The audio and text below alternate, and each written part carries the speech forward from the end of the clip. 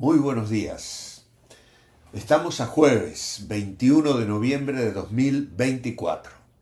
Nuestra lectura hoy se encuentra en Zacarías capítulo 2 al capítulo 5, en el Salmo 93 y en Primera de Juan capítulo 3.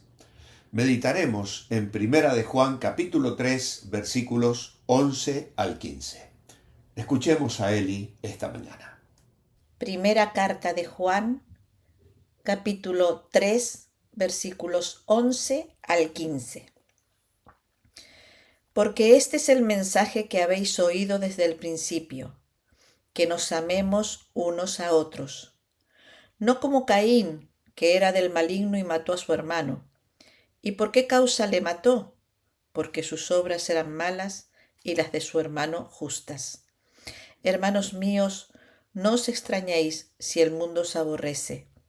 Nosotros sabemos que hemos pasado de muerte a vida en que amamos a los hermanos. El que no ama a su hermano permanece en muerte. Todo aquel que aborrece a su hermano es homicida, y sabéis que ningún homicida tiene vida eterna permanente en él. Vamos a meditar hoy en algunas lecciones que se aprenden de Caín.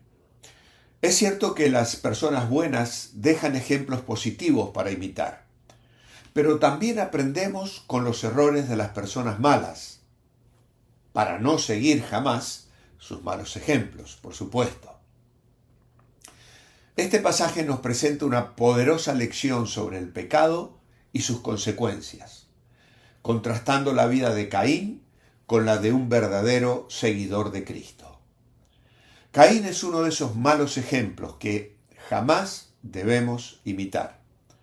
Su nombre significa adquisición o alcanzado y provino de la exclamación que hizo su madre cuando Caín nació. Ella dijo: por voluntad de Jehová he adquirido varón. El significado de su nombre no se condice con sus actitudes. Ciertamente no fue una buena adquisición por parte de sus padres. Tal vez cuando Hitler nació, sus padres también pensaron que estaban haciendo un gran hombre y no sabía que quien nacía sería uno de los peores asesinos de la historia. Ese fue el caso de Eva. Ella ni se imaginaba que estaba naciendo el primer homicida de la historia. Y tristemente es el ejemplo negativo que encontramos en él. Al ser el primer hijo nacido después del pecado, Caín se convirtió en una simiente maligna, como hemos leído aquí en el verso 12. Caín se convirtió en el primer labrador mencionado en la Biblia, en Génesis 4:2. Fue también el primer envidioso y el primer asesino de la historia. ¡Qué currículum en Génesis 4! Por ironía de la historia, el primer asesinato se gestó a causa de un culto ofrecido a Dios. Caín adoró a Dios con una ofrenda del fruto de la tierra. Abel también adoró ofreciendo de las primicias de su rebaño al Señor. Algunos afirman que el Señor no se agradó de Caín por haber ofrecido una ofrenda sin sangre, fruto de la tierra, y sí se agradó de Abel, que ofreció una ofrenda con sangre, es decir, una oveja primogénita. En verdad, creemos que lo que Dios condenó fueron las malas actitudes de Caín.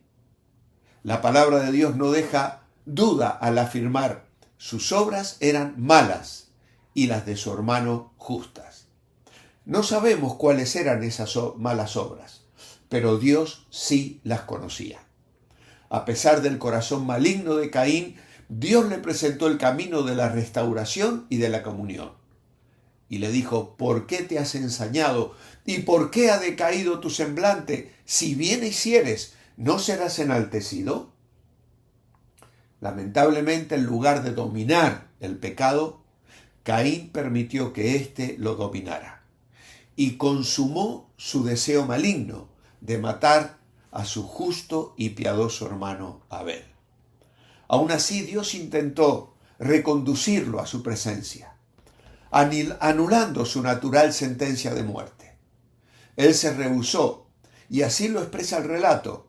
Dice que salió de delante de Jehová y habitó en tierra de Noc, al oriente del Edén, en Génesis 4:16. Y entonces, claro, tenemos nosotros que reflexionar en las consecuencias del pecado. La primera de ellas es separación de Dios, aislamiento espiritual. Caín fue marcado y expulsado de la presencia de Dios, y esta separación representa la mayor consecuencia del pecado, pérdida de comunión. La comunión con Dios es el propósito fundamental del ser humano. Al pecar, Caín se privó de esta relación vital. Temor y culpa llenaron su conciencia culpable y lo llevó a vivir en constante temor y aislamiento. Por eso en esta mañana quiero destacar la importancia de cultivar una relación íntima con Dios para encontrar verdadera paz y satisfacción. El pecado, en cambio, nos lleva al aislamiento, a la depresión, a la pérdida de propósito en nuestra vida. Qué tristes son las consecuencias del pecado. Cuando elegimos mal, cuando optamos por la rebeldía, cuando rompemos nuestra comunión con Dios. Vivimos sin norte, en un vacío existencial, y eso tiene tristes consecuencias en la vida. En segundo lugar, una relación rota con los demás. El asesinato de Abel generó un ambiente de desconfianza y hostilidad, tanto en Caín como en su entorno. Desencadenó una cadena de violencia y conflicto que se transmitió a las generaciones futuras. La ruptura de la relación con Dios dificulta la construcción de relaciones saludables con los demás. Es de gran importancia perdonar y ser perdonado. El perdón es esencial para sanar las heridas causadas por el pecado y para cultivar relaciones basadas en el amor, en la compasión y en el perdón. Qué bendición hay cuando, como tenemos una dulce comunión con Dios, marca las relaciones que tengo con las personas que me rodean, en mi hogar, en mi trabajo, en el colegio, en donde me relaciono en el ámbito de la iglesia. La presencia de Dios cambia nuestras relaciones. Pero no solo alcanzó a la comunión con Dios, sino también a las relaciones. Hay una maldición que cae sobre la creación. La tierra, que antes había sido una fuente de vida, se volvió infértil, incluso para Caín. Es cierto que la tierra ya había sido maldecida por el pecado de sus padres, pero este hombre en su rebeldía transforma también el trabajo que él realizaba en algo mucho más difícil.